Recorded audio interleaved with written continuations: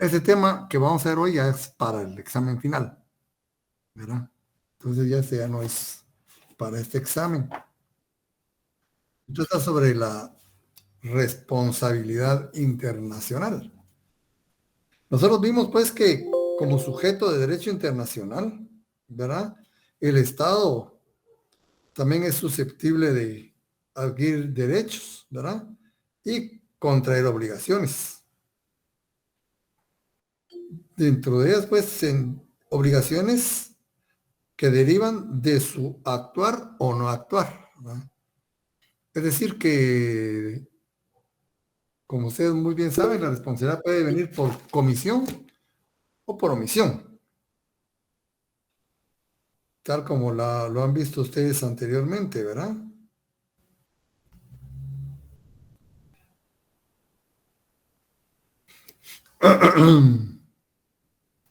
Entonces, los estados también son susceptibles de contraer responsabilidades, ¿verdad?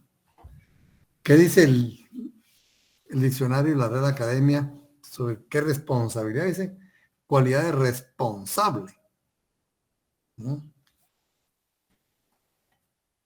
Deuda, obligación de reparar y satisfacer por sí o por otra persona a consecuencia de un delito, de una culpa o de otra causa legal.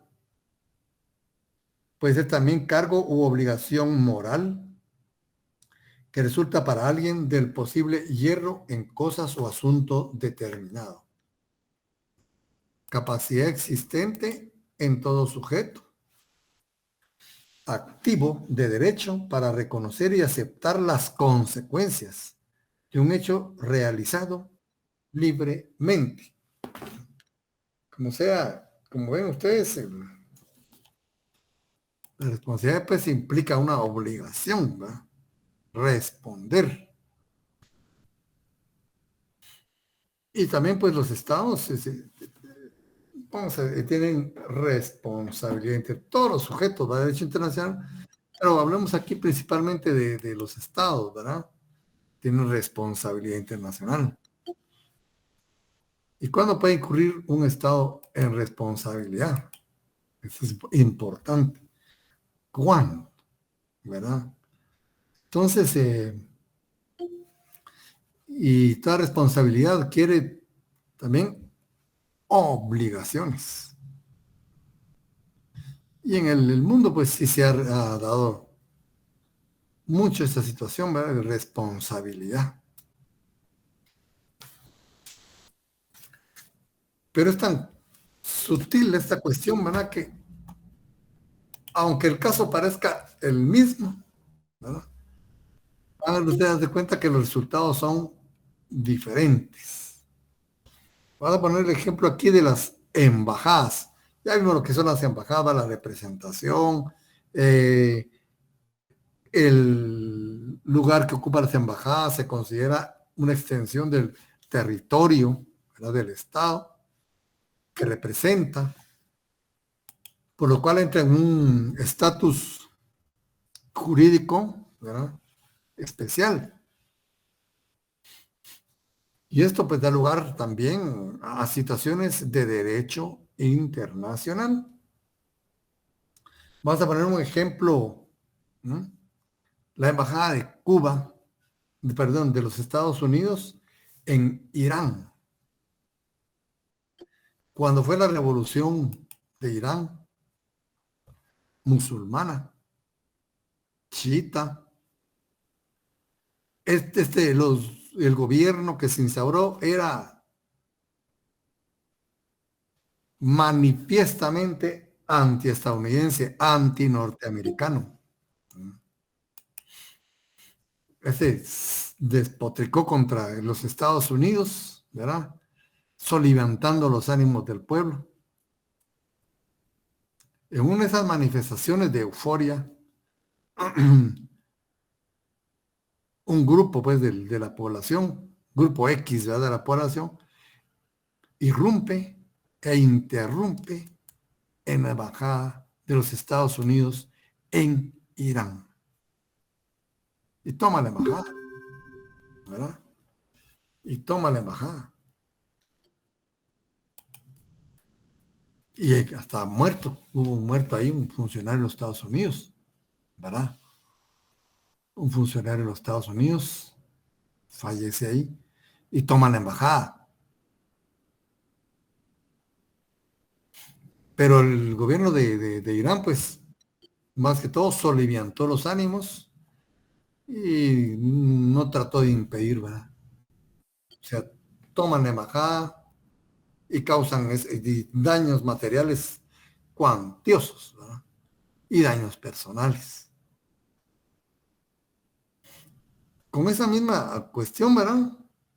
En, viendo la cuestión de las embajadas, que es lo que hemos visto, que se nos pesa para un ejemplo, ¿verdad? Muy ilustrado, que son casos, como dicen, casos de la vida real, ¿verdad? La embajada de Japón en Perú, en el tiempo de Alberto Fujimori, que era peruano, era japonés, ¿verdad? El, un grupo de guerrilleros desafectos al gobierno irrumpen violentamente en la embajada de Japón en el Perú. Ahí estaba un embajador de Guatemala, estaba en esa reunión y toman como rehenes a la gente. Era una reunión importante, más que todo con el cuerpo diplomático acreditado en el Perú, ¿verdad? Y era en la embajada de Japón. Convoca a muchas personas, hacen la reunión y un grupo del grupo guerrillero Sendero Luminoso irrumpe, ¿verdad? Y toma de rehenes a esas personas. Viene el gobierno del Japón y le indica al gobierno de Perú que le pide su colaboración y le da libertad le autoriza para resolver el problema como mejor le parezca. Imagínense. Termina en que envían espías, ¿verdad? Cuando pidieron comida, introdujeron una cámara e introdujeron otras por los desagües, por las tuberías, y estaban controlando al grupo desde fuera, ¿verdad?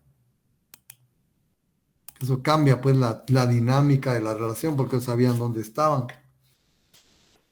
Pues tenían gente importante, ¿verdad? De rehenes.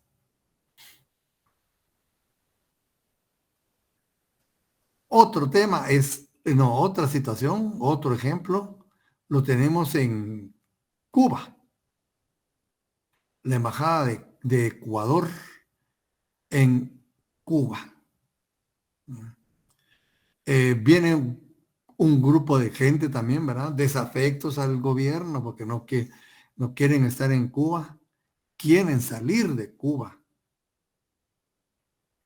Y ellos, pues, que el plan de ellos era llegar a la embajada de Cuba, ¿right? Y pedir asilo desde ahí. Viene el gobierno cubano y coloca un cordón de seguridad con las fuerzas del gobierno, ¿va? Del ejército, para que no irrumpan, resguardando la embajada. Pero en un momento determinado pierden el control y se les logran colar mucha gente a la embajada de Ecuador y toman la embajada de Ecuador con el fin de pedir asilo, ¿no? En este país, ¿verdad? Y hay otro ejemplo más, la embajada de España en Guatemala, ¿verdad? Al igual que en Perú, ¿verdad? Un grupo, pero ese no era grupo armado, pues era un grupo de campesinos y estudiantes precisamente de la Facultad de Derecho. Ese grupo salió del edificio S5, no sé cuál es, cómo son esos edificios, S2 creo que. S2 no es donde está Decanatura, ¿verdad? Ahí estuvieron, yo ya era estudiante de Derecho en ese tiempo y los vi, pues ahí estaban en el patio, ahí cocinaban, la gente de la facultad les llevaba comida, ¿verdad? Y un día X, acompañados con compañeros de la facultad, ¿verdad? De la asociación, salen rumbo a la Embajada de España, que en ese tiempo creo que era en la zona 9, y toman la Embajada de España. Un grupo de campesinos y estudiantes de, de la facultad. Vienen las fuerzas de seguridad, igual que en Perú, ¿eh? Pero sin mediar permiso de las autoridades de España, irrumpen violentamente en la embajada. Y ven ustedes el desenlace que tuvo, ¿verdad? 4 casos parecidos, ¿verdad? 4 casos parecidos. Embajadas, ¿verdad? Grupos, desafectos,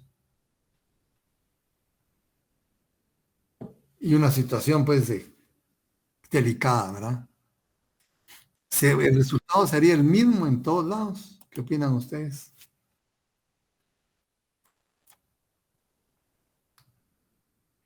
Con respecto a la responsabilidad del Estado.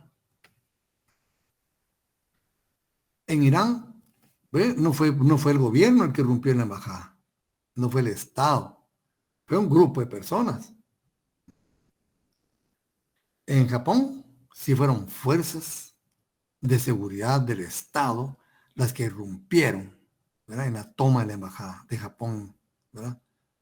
Mientras que en Irán, pues no fue gente común, ¿verdad? La que entró, ¿verdad? Gente común la que entró. En la embajada de Japón en Perú, sí fueron fuerzas de seguridad del Estado las que rompieron. En la embajada de Ecuador en Cuba, también fue gente común y corriente la que entró, la que irrumpió en la embajada. Y el caso de la embajada de España en Guatemala, al igual que el Perú, fueron fuerzas de seguridad del Estado las que irrumpieron, ¿verdad? Las que violentaron la sede diplomática. ¿Y el resultado cómo será? ¿Será el mismo? ¿Qué opinan ustedes? Estaban planteando cuestiones muy parecidas, ¿verdad? En el caso de la embajada de Estados Unidos en Irán, hay responsabilidad del Estado, pero indirecta, fíjense, indirecta, porque no fue el Estado directamente, fue un grupo de personas. Lo que sea aquí es que el Estado no tomó medidas de seguridad, incluso soliviantó los ánimos con Estados Unidos, el propio gobierno, ¿no? Alimentó el odio, ¿sí? Y no trató bajo ningún punto de vista de impedir, ¿verdad?, la toma de la embajada, aunque no fueron del Estado, gente común, ¿verdad? Entonces, hay responsabilidad, pero indirecta. En el caso de la embajada de Japón en Perú, ¿verdad? Ahí sí irrumpieron fuerzas del Estado. Y incluso mataron a todos los guerrilleros que tomaron la embajada. Todos murieron adentro de la embajada. Aquí no hay responsabilidad, porque me dio solicitud y autorización del Estado, ¿verdad? Representado. Ahí el propio Japón le dijo a Perú, miren, resuelvan ese problema y yo les damos autorización para que ustedes hagan lo que consideren conveniente. Ahí había autorización expresa, ¿verdad? Entonces no hay responsabilidad porque media solicitud y autorización del Estado. La Embajada de Ecuador en Cuba, al igual que en Irán, fueron personas, ¿verdad?, del pueblo, comunes, ¿verdad?, comunes y corrientes. No eran autoridades ni eran parte del Estado. Incluso Cuba, ¿verdad?, acordonó la embajada para que no entraran. O sea, entraron en contra de su voluntad, pero puso a disposición, ¿verdad?, del resguardo de la embajada todo, ¿verdad?, lo que estaba a su alcance para que no ocurriera. Aquí, al igual que en la embajada de Japón en Perú, no existe responsabilidad, ¿verdad?, porque el Estado puso todo su parte para que no ocurriera esa situación. O no puso soldados, pero rompieron el cerco, ¿verdad?, y se entraron. Entonces, no hay responsabilidad. Embajada de España en Guatemala. Sí hay Aquí responsabilidad del Estado. sí, Ahí sí hubo responsabilidad del Estado. sí, igual que en Irán, ¿verdad? Pero Y ¿ah?, directo, ¿verdad, licenciado? directa. Aquí hubo responsabilidad directa del Estado, ¿verdad? Fue diferente. Fíjense qué interesante, ¿verdad? Porque en Irán irrumpió un grupo de población, ¿verdad?, gente del pueblo. Al igual que en Cuba, ¿verdad? En Cuba fue gente del pueblo la que entró, pero el resultado es diferente por la actitud de las autoridades. En Irán, las autoridades por lo menos no se evidenció que trataran de impedir la toma de la embajada. Incluso estaban soliviantando los ánimos del pueblo contra los Estados Unidos. Pero no fue parte del gobierno, pues, los que irrumpieron en esa sede diplomática. Por lo tanto, la responsabilidad es indirecta, por no impedir, ¿verdad? En la embajada de Japón en Perú y de Ecuador en Cuba, ¿verdad?, ahí no hay responsabilidad, aunque fue diferente la situación, ¿verdad? Porque la embajada de Japón en Perú, ¿verdad?, fueron fuerzas de seguridad del Estado las que irrumpieron ahí. No fue gente del pueblo, fueron el ejército. Pero, ahí está la cuestión, me dio solicitud y autorización del Japón, ¿verdad?, para que ellos resolvieran el problema como mejor lo pudieran hacer. Y ellos consideraron que así era, fue aceptado. E incluso, fíjense ustedes, después de desalojar la embajada, la demolieron en su totalidad.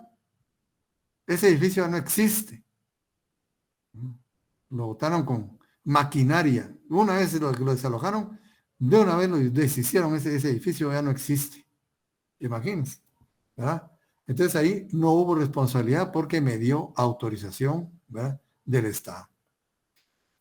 También la de Ecuador en Cuba, aunque no haya autorización, se evidenció que el Estado, ¿verdad?, receptor, puso todo lo que estuvo de su parte para que no sucediera ello, pero no lograron controlar, ¿verdad?, esa avalancha.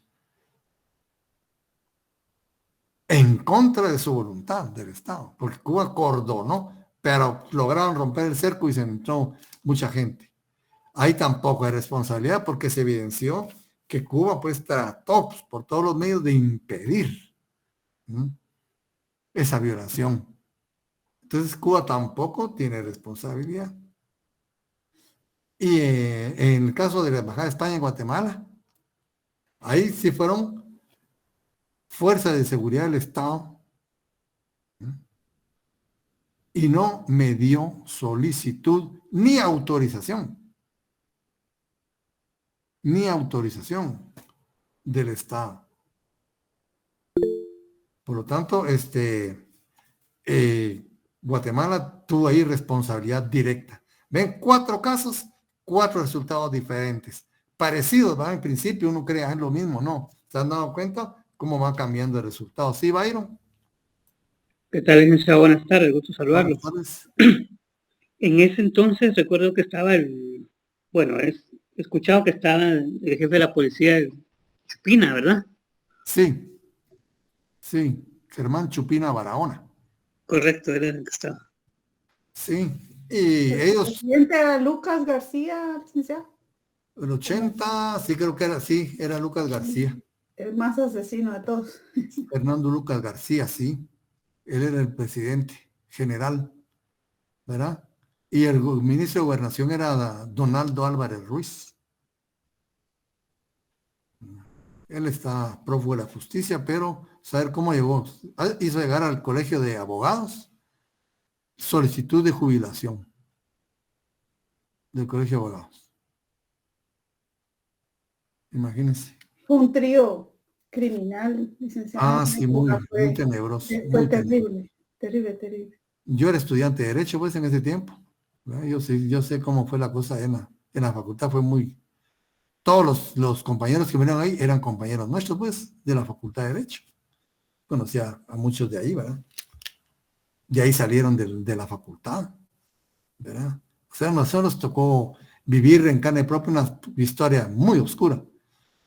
Y realmente tuvimos mucho valor de no retirarnos de la facultad, ni los profesores, ni los alumnos, sino la Facultad de Derecho hubiera muerto. Y aún así está muy golpeada todavía, muy golpeada, ¿verdad? No se ha recuperado. ¿Sí, Byron? De que usted conoció a Mario Larrabe, creo que es Larrabe o Larrabe. Mario López Larrabe. Yo entré un año después de que lo asesinaron a él. Yo entré en el 79.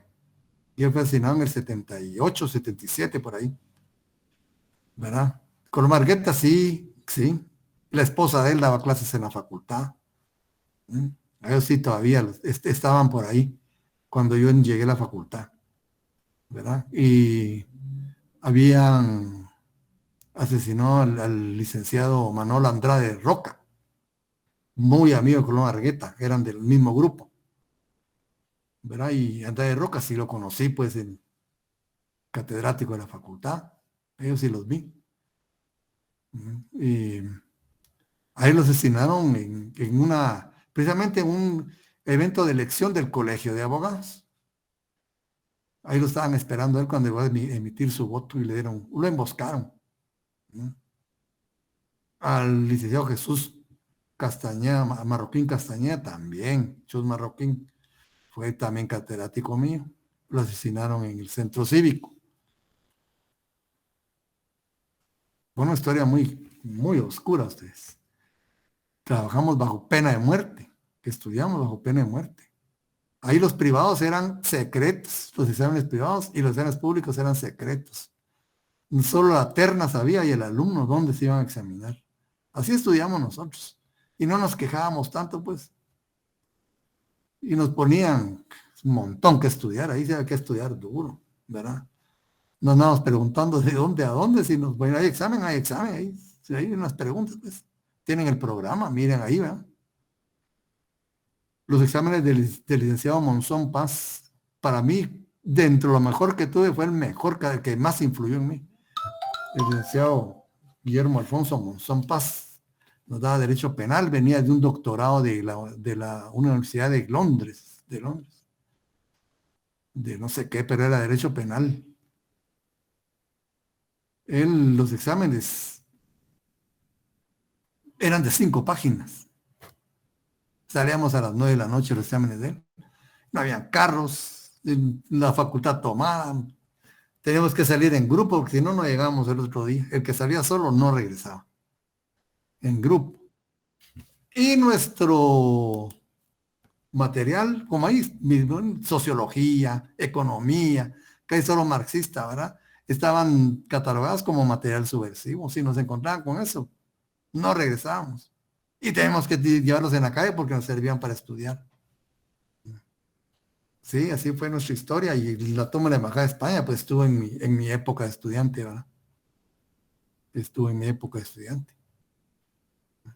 Sí, ahí murió el papá de Rigoberta Menchú, ¿verdad? Ahí, en ese grupo estaba ese señor, sí. En ese grupo exactamente, ¿verdad? Y ese año acaban de secuestrar al presidente de la AED, Antonio Ciani.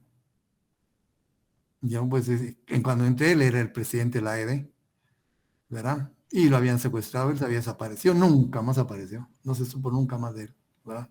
Él era el presidente de la AED. Así era la AED, muy combativa antes, muy combativa, ¿verdad? Gente muy preparada. Ahora da tristeza la AED y la AED. Nada que Pues, ver. No pues éramos han cambiado porque Oliverio Castañeda, todo ese tipo de personas eran los gente que bien preparada. sí dirigían el Gente movimiento bien preparada. estudiantil, ¿verdad? Y Lick, pues eso le iba a preguntar. Usted, bueno, sí conoció a Oliverio. también él murió un año antes que yo ingresara a la U.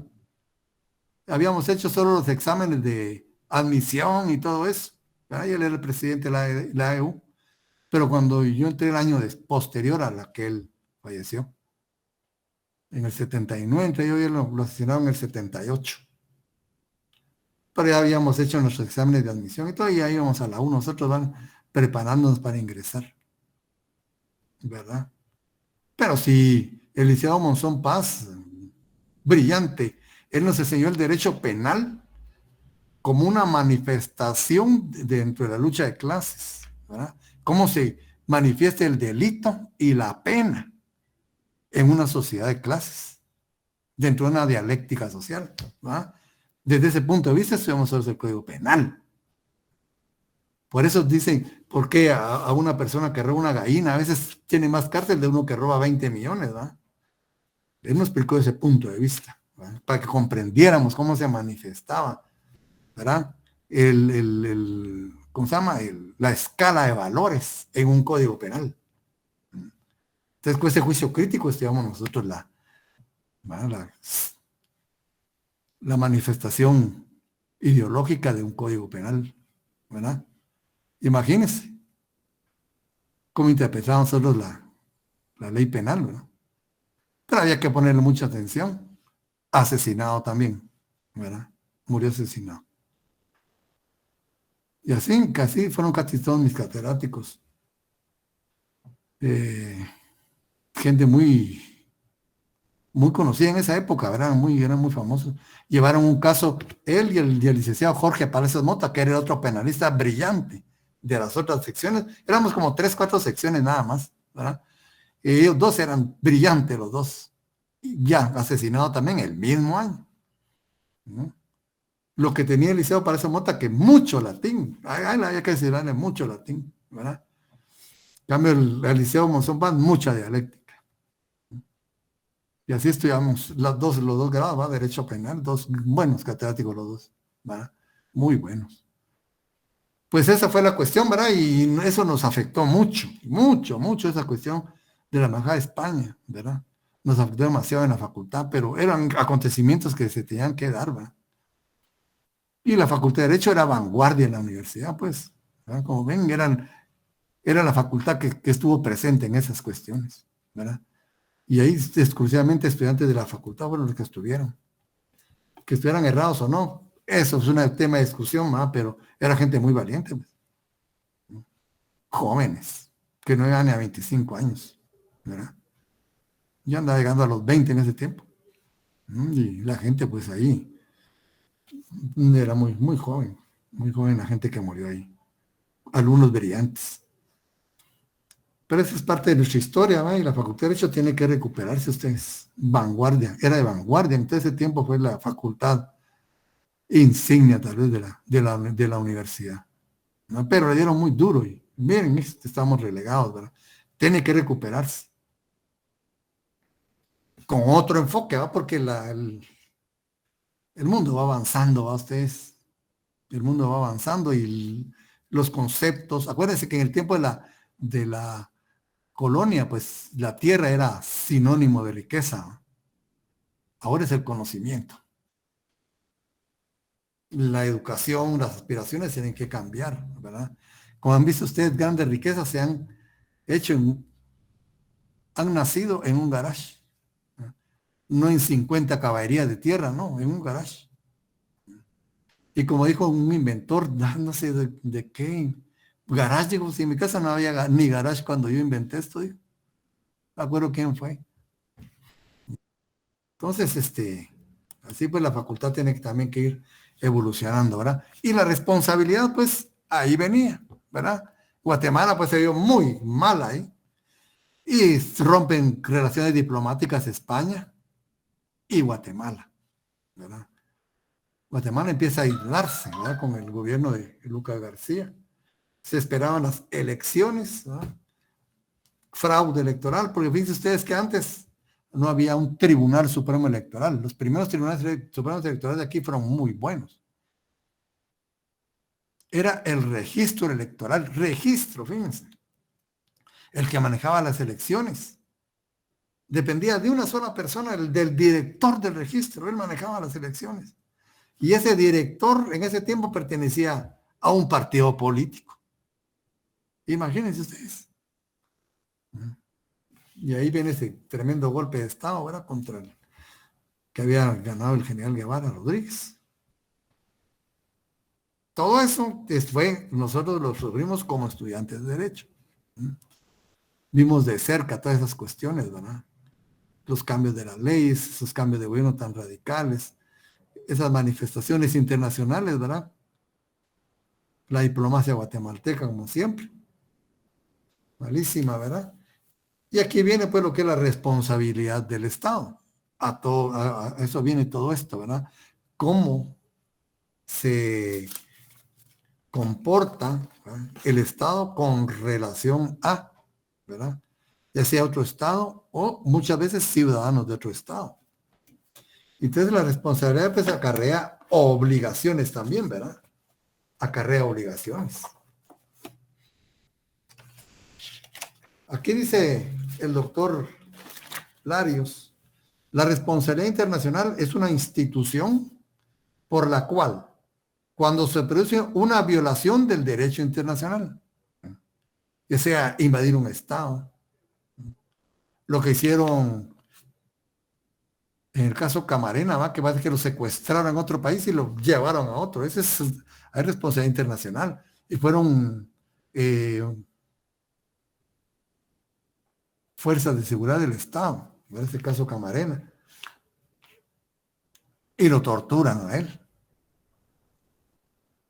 habiéndolo secuestrado en un Estado diferente. Eso acarrea una responsabilidad internacional grandísima. Sí, Byron.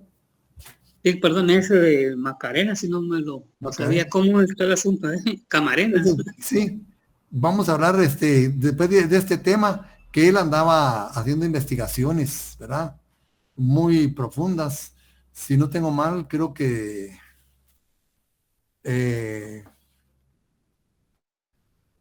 hace investigaciones, si no sobre narcotráfico, sobre represión. A estas alturas ya olvidé ese caso, ¿verdad? Pero él como que se infiltró y tomó mucha información que parece que topaba hasta con altos mandos del gobierno, ¿verdad? Y él pudo pues como que escaparse, pero lo persiguieron hasta el estado donde se había ido y lo secuestraron de ahí y se lo llevaron dormido de regreso, ¿verdad? Y ahí se desarrolla toda la cuestión.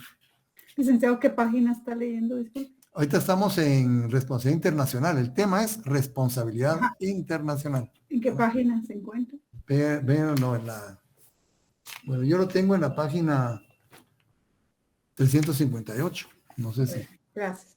Bueno, vamos a hablar de ese caso después, ese caso Camarena.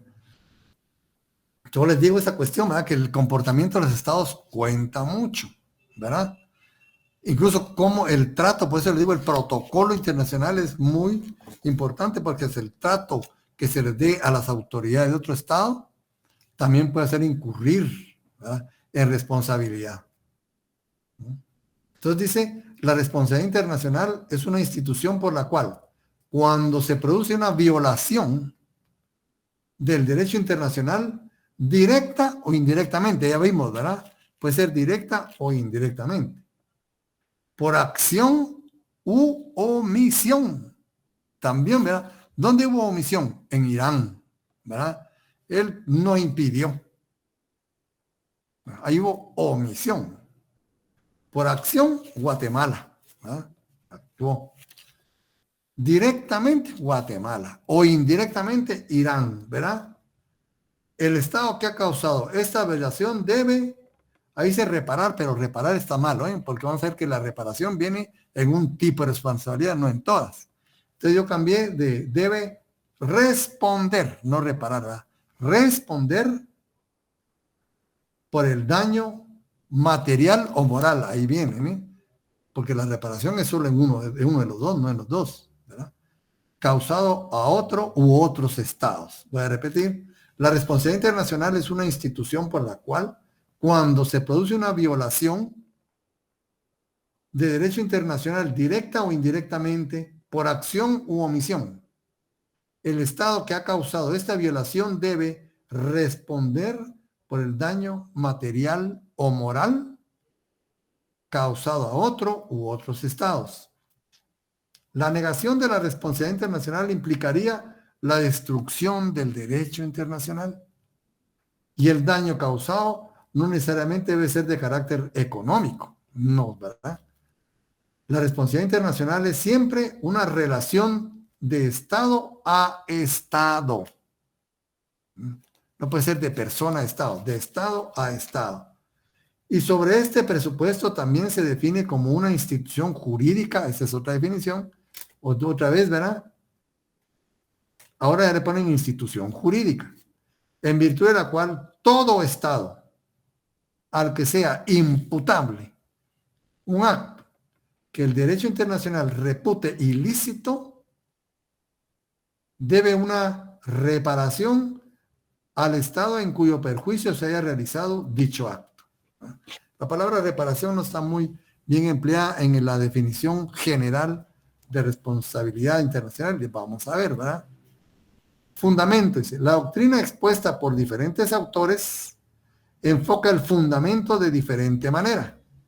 Hay 4 corrientes, ¿verdad? La que afirma que el fundamento es la jurisdicción exclusiva de que gozan los estados sobre su territorio. La otra es la que afirma que el fundamento son las obligaciones que el Estado adquiere libre y conscientemente al ser admitido en la comunidad internacional. C, la que afirma que el fundamento es la igualdad de los estados, base de la mutua reciprocidad de derechos y obligaciones. Y D, la que afirma que el fundamento radica en la necesidad de observar las reglas de justicia en las relaciones de los miembros de la comunidad internacional. ¿Ah? Esas las relaciones entre los miembros de la comunidad internacional debe basarse en la justicia. Todo acto que viole, ¿verdad?, la justicia acarrea responsabilidad, ¿verdad? Entonces, esta es la más seguida hoy en día, la que se basa en las reglas de justicia en las relaciones internacionales. Entonces dice, elementos de la responsabilidad internacional. Para incurrir en responsabilidad deben darse los elementos siguientes. Un acto u omisión. Eso debe de haber siempre, ¿verdad? O sea, estamos hablando de una conducta. Porque hasta omitir, ¿verdad?, una acción es una conducta, ¿verdad? Entonces, cuando habla de acto u omisión, estamos hablando de una conducta. Esa conducta debe ser violatoria de una regla de derecho internacional. Un acto ilícito. Ese actuar o no actuar debe ser ilícito, ¿verdad? Ese acto ilícito, ¿verdad?, debe ser imputable a un Estado. Ese acto ilícito debe ser imputable a un Estado, directa o indirectamente. Ya vimos cómo puede ser, ¿verdad? Ese acto ilícito, ¿verdad?, debe ser imputable a un Estado, ya sea en forma directa o indirectamente. Y el daño o perjuicio efectivo. Debe existir daño, ¿verdad? Si no hay daño, no hay perjuicio, ¿qué vamos a reparar? ¿Sobre qué vamos a responder? Son 3 elementos fundamentales, ¿verdad? Pero hay excepción. ¿Ya se han dado cuenta ustedes? Hay excepción a la regla, ¿verdad? Dice, excepcionalmente existen ciertos actos que producen perjuicio o daño y por las cuales los estados no incurren en responsabilidad. ¿Pasará también eso en el derecho penal ustedes? Que hay causas eximentes. Aquí hablamos de excepciones a la regla. Y nos habla, dice, en donde, aunque haya un perjuicio, por ejemplo, cuando hay un incendio, ¿verdad? Los bomberos, ¿qué hacen? Rompen una puerta, la botan. Eso estamos, ¿verdad? Violentando la propiedad privada. ¿Pero por qué? ¿No?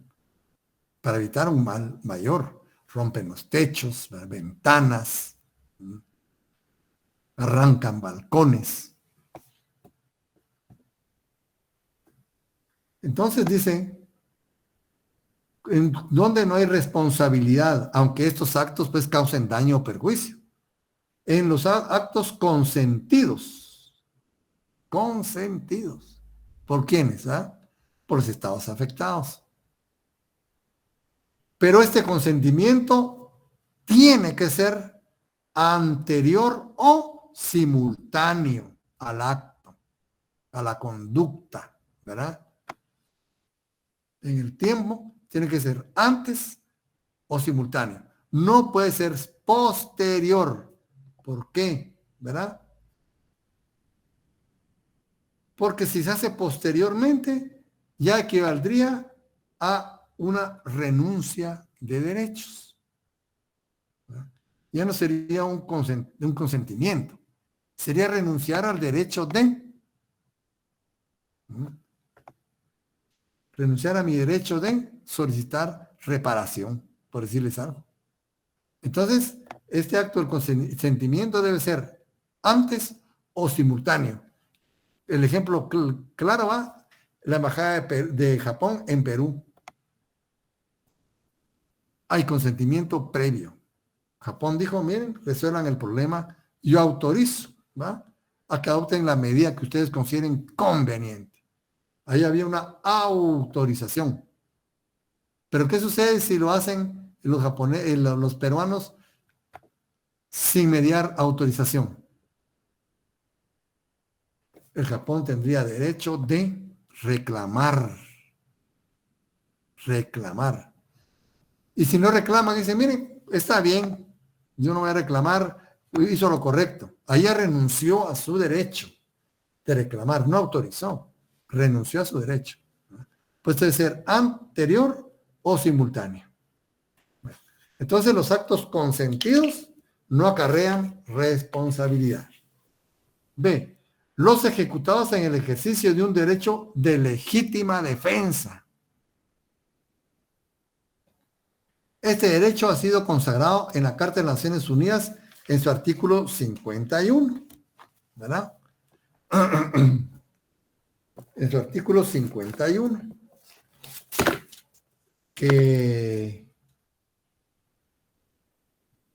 y la doctrina entiende que la legítima defensa es justificada cuando se violen el derecho de integridad territorial, el de independencia política, el de protección a los ciudadanos, ¿verdad? O de alguna naturaleza económica, ¿verdad? Dice el artículo 51 de la Carta de la Organización de las Naciones Unidas. Ninguna disposición de esta carta menoscabará el derecho inmanente de legítima defensa, individual o colectiva, en caso de ataque armado contra un miembro de las Naciones Unidas, hasta en tanto que el Consejo de Seguridad haya tomado las medidas necesarias para mantener la paz y la seguridad internacionales. ¿Se dan cuenta? Es la legítima defensa también, ¿verdad? Hace que no nazca responsabilidad internacional. Y estaba ahí, dice, legítima defensa, ¿no? En contra del Estado. El Estado tiene derecho a defenderse, ¿verdad? Y puede ser individual o colectiva, fíjense ustedes, para mantener la paz y la seguridad. Las medidas tomadas por los miembros del ejercicio del derecho de legítima defensa serán comunicadas inmediatamente al Consejo de Seguridad y no afectarán de manera alguna la autoridad y responsabilidad del Consejo conforme a la presente carta. Es una cuestión muy delicada, pero el Estado tiene derecho de defenderse. Entonces, los actos ejecutados en el ejercicio de la legítima defensa tampoco acarrean responsabilidad internacional. C. Los ejecutados como represalias o retorsión o cualquier acto que se encuentre admitido entre los medios coercitivos aceptados por el derecho internacional, el embargo, la cuarentena, el boicot, hasta el uso de la fuerza militar. Pero se está como un medio admitido por el derecho internacional para esa situación, entonces tampoco acarrea responsabilidad. Y dice también los actos ejecutados en caso de necesidad, entendido como algo que llegue a amenazar la existencia del Estado, su estatuto territorial o personal, su gobierno o su forma de gobierno, o límite o aún haga desaparecerse su independencia o su personalidad internacional. Caso de necesidad, ¿verdad? Ahí tampoco. Ven, entonces, los actos que producen responsabilidad internacional también cuentan en el derecho internacional con sus reglas de excepción, ¿verdad? Que aunque sean actos que en principio se miran, ¿verdad? Conductas, ¿verdad? Comisiones u omisiones que afecten a terceros estados, ¿verdad? No se recurre a responsabilidad siempre y cuando caiga en estas situaciones especiales, ¿verdad? Los consentidos anterior o simultáneamente al acto, los ejecutados en el ejercicio del derecho de legítima defensa, los ejecutados como represalias, ¿verdad? Reconocidos por el derecho internacional. En la Carta de Naciones Unidas vemos que hay, ¿verdad? Los medios de solución de conflictos. Y los ejecutados en caso de necesidad. Ahora, ¿cómo se clasifica la responsabilidad? Por su origen y por su fundamento. Por su origen, la responsabilidad puede ser directa o indirecta. Por su fundamento puede ser moral o jurídica. ¿Se dan cuenta? Por eso es que esa gran clasificación que se hizo en estos casos que les puse de ejemplo al principio, ¿verdad? Cuando vimos, pueden ser hasta parecidos los casos, ¿verdad? Se irrumpe una embajada, una sede diplomática en un país X, ¿verdad?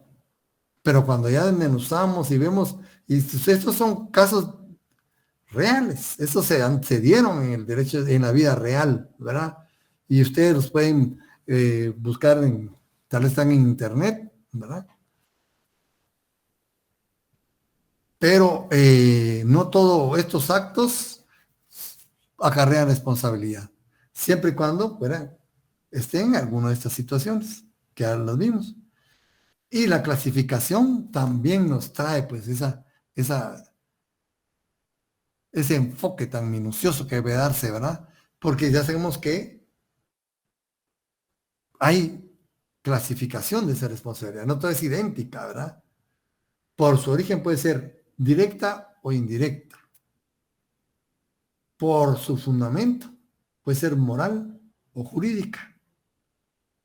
La responsabilidad directa es aquella en que se incurre por actos u omisiones ejecutados por el propio Estado o sus legítimos representantes.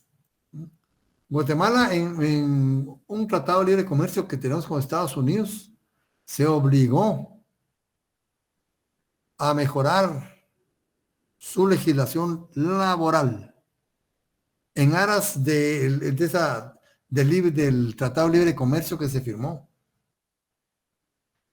Pero pasaron los años y han pasado los años y Guatemala no legisla, no hace las reformas laborales requeridas, ¿no?, por el tratado. En un año X, una funcionaria, ¿verdad?, importante, muy importante de los Estados Unidos, estaba muy molesta con esto y dio un plazo para que Guatemala empezara a tomar en serio esto ahora y legislar en favor de las reformas al derecho laboral guatemalteco. Y no se hizo. Se hizo una guisachada ahí para ir, ¿verdad?, ganando tiempo, y ya no se logró la reforma laboral. Que hay que hacer reforma laboral para que sea acorde con este Tratado de Libre Comercio. Si no, pues provoca cierto valladar, ¿verdad?, en la aplicación de este libre comercio. Tengo entendido que los demás países de Centroamérica sí lo hicieron, pues solo Guatemala, ¿no? Y hasta la fecha, hasta donde tengo conocimiento, no ha realizado las reformas laborales requeridas. Entonces, ¿qué va a pasar? Dijo esta funcionaria: si Guatemala no evidencia voluntad hacia su reforma laboral, le imponemos la multa de 15 millones, creo que eran de dólares. Algo así era la cosa. 15 millones creo que era la multa. Pero ella no es Norma Torres. No, era Hillary Clinton. Imagínense ustedes. Hillary Clinton, miren, del tiempo de Álvaro Colón. Y estaba muy molesta, muy molesta. Prácticamente con el teléfono para que se eligiera qué íbamos a hacer ese día. Que se hizo un pase ahí, bajó la tensión y Guatemala sigue, ¿verdad? Pero ¿a qué voy? ¿A qué voy? Que eso acarrea responsabilidad internacional. Y la responsabilidad internacional directa, porque es el Estado el involucrado. Es el Estado el que tenía que hacer la reforma laboral. Entonces el Estado, para incurrir directamente, puede hacerlo a través de sus tres poderes: el Ejecutivo, el Legislativo y el Judicial. En este caso iba a incurrir en responsabilidad por su poder legislativo, porque no estaba legislando conforme se le exigía el tratado, ¿verdad? Entonces dice acá, esta responsabilidad directa, ¿verdad?, por actos u omisiones. Aquí hay omisión, como se da cuenta, ¿verdad? Hay comisión por omisión. No siempre debe ser una acción. Una responsabilidad puede venir por omisión. En este caso, por negarse a legislar, a emitir, ¿verdad?, las normas jurídicas legales a las que se comprometió en el tratado. Si ahí no se le está imponiendo a Guatemala, Guatemala adquirió esa responsabilidad.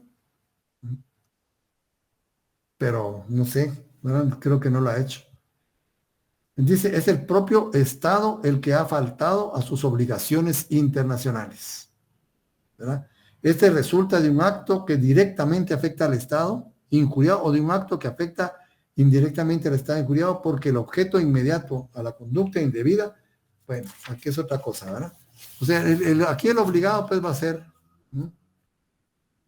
Entonces dice, puede incurrir en la responsabilidad internacional directa los Estados, ¿verdad?, como consecuencia de los actos o omisiones de cualquiera de sus órganos, cualquiera que sean las funciones que desempeñen.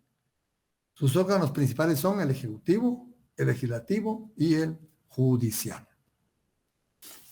Vamos a continuar con este tema, ¿verdad?, hasta la próxima clase cuando nos toque.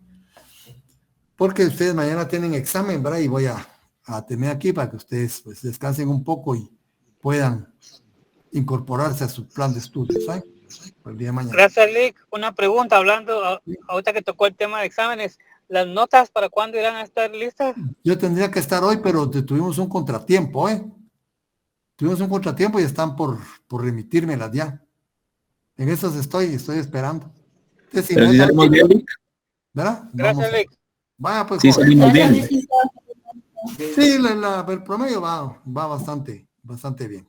¿verdad? Perfecto, Lick, gracias. Tienen Buenas que estar noches. publicados antes de que se examinen, ¿oye? Porque tienen que tener esa nota. Ese es un compromiso que adquiere. ¿Oye?